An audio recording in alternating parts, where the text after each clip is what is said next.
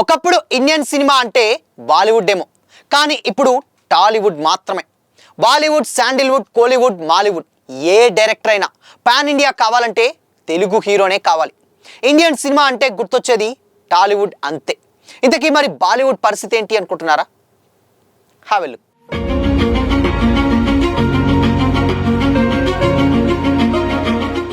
Hi, hello, welcome to Disha TV.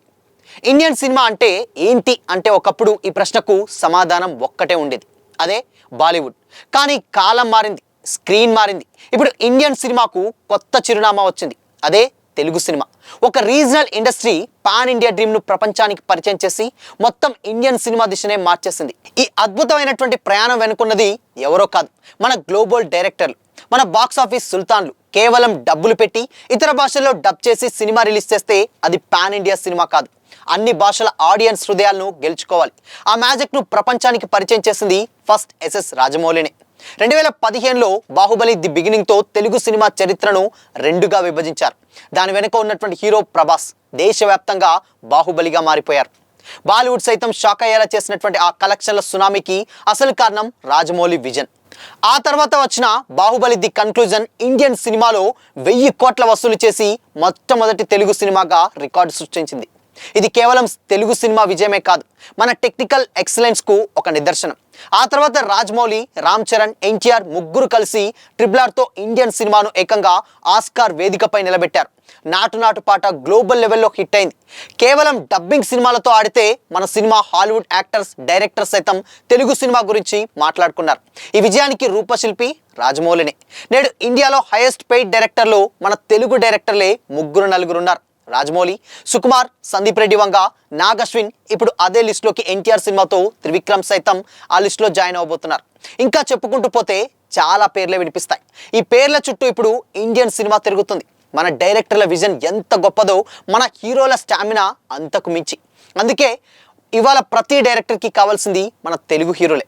బాహుబలితో వచ్చినటువంటి క్రేజ్ను Prabhas still ఆ క్రేజ్ను అలా కంటిన్యూ చేస్తూనే ఉన్నారు. అటు బాలీవుడ్ డైరెక్టర్లకి, ఇటు మన ప్రశాంత్ నీల్ లాంటి సౌత్ డైరెక్టర్లకి ఇప్పుడు పాన్ ఇండియా ఫస్ట్ ఆప్షన్ ప్రభాసే. సాహో, సలార్ వంటి సినిమాలు బాక్స్ ఆఫీస్ వద్ద 1000 కోట్లు కొల్లగొట్టి ప్రభాస్ ఇమేజ్ని ఎక్కడికో తీసుకెళ్లాయి. నేడు పాన్ ఇండియా స్టార్లలో టాప్ లిస్ట్లో ప్రభాస్ ఫస్ట్ ప్లేస్లో ఉంటాడు. ఆ తర్వాత stylish star Allu Arjun, Pushpa the rise సినిమాతో బన్నీ కేవలం తెలుగు హీరోనే కాక నేషనల్ లెవెల్ ఐకాన్గా మారారు. తగ్గేదేలే అనే ఒకే ఒక్క మ్యానరిజంతో ఇండియా మొత్తం ఊగిపోయింది. ఒక తెలుగు సినిమా హిందీలో 100 కోట్లు వసూలు చేయడం వెనుక ఉన్నటువంటి శక్తి Allu Arjun style, acting and ఉన్నటువంటి యూనివర్సల్ అప్పీల్. అండ్ ఇక ఇప్పుడు పుష్ప 2 కోసం కూడా యావత్ దేశం ఈగర్గా వెయిట్ చేసింది. అండ్ సేమ్ టైం అంతే కలెక్షన్స్ కూడా రాబట్టింది. ఇక గ్లోబల్ స్టార్ రామ్ చరణ్ మరియు యంగ్ టైగర్ ఎన్టీఆర్ RRR సినిమాతో ఇద్దరు కేవలం ఇండియాకు మాత్రమే పరిమితం కాలేదు. హాలీవుడ్ క్రిటిక్స్ సైతం తారక్ చెర్రీల యాక్టింగ్ని మెచ్చుకున్నారు. రామ్ చరణ్ వ్యక్తిగత following and NTR acting range ప్రపంచ దృష్టిని ఆకర్షించాయి. వీళ్ళిద్దరి తర్వాత సినిమాలు కూడా భారీ అంచనాలతో పాన్ ఇండియా రేంజ్లో తయారవబోతున్నాయి. వీరే కాక మహేష్ బాబు సైతం పాన్ వరల్డ్ స్థాయికి ఎదిగేందుకు సిద్ధమవుతున్నారు. రాజమౌళితో మహేష్ చేస్తున్నటువంటి సినిమాపై ప్రపంచం కన్నేసిందనే చెప్పాలి. ఇంతకుముందు హిందీ సినిమాల్లో కనిపించిన గ్లామర్, లవ్ స్టోరీలకు విరుద్ధంగా తెలుగు సినిమా కథకు ప్రాధాన్యత ఇచ్చింది. అది కేవలం మన హీరోలు మాత్రమే కాదు, మంచి కంటెంట్ సైతం కూడా. ఈ విజయాన్ని సాధించడానికి కొన్ని ముఖ్య కారణాలు కూడా ఉన్నాయి. నిజాయితీతో కూడినటువంటి కథనం, రా అండ్ రస్టిక్గా పుష్ప 2 లాంటి సినిమాలు హీరో ఎలివేషన్లను కథలో భాగంగా చూపించాయి. మాస్ లాంటి సీన్స్ దేశవ్యాప్తంగా ఉన్నటువంటి ఆడియన్స్ను ఆదరించారు.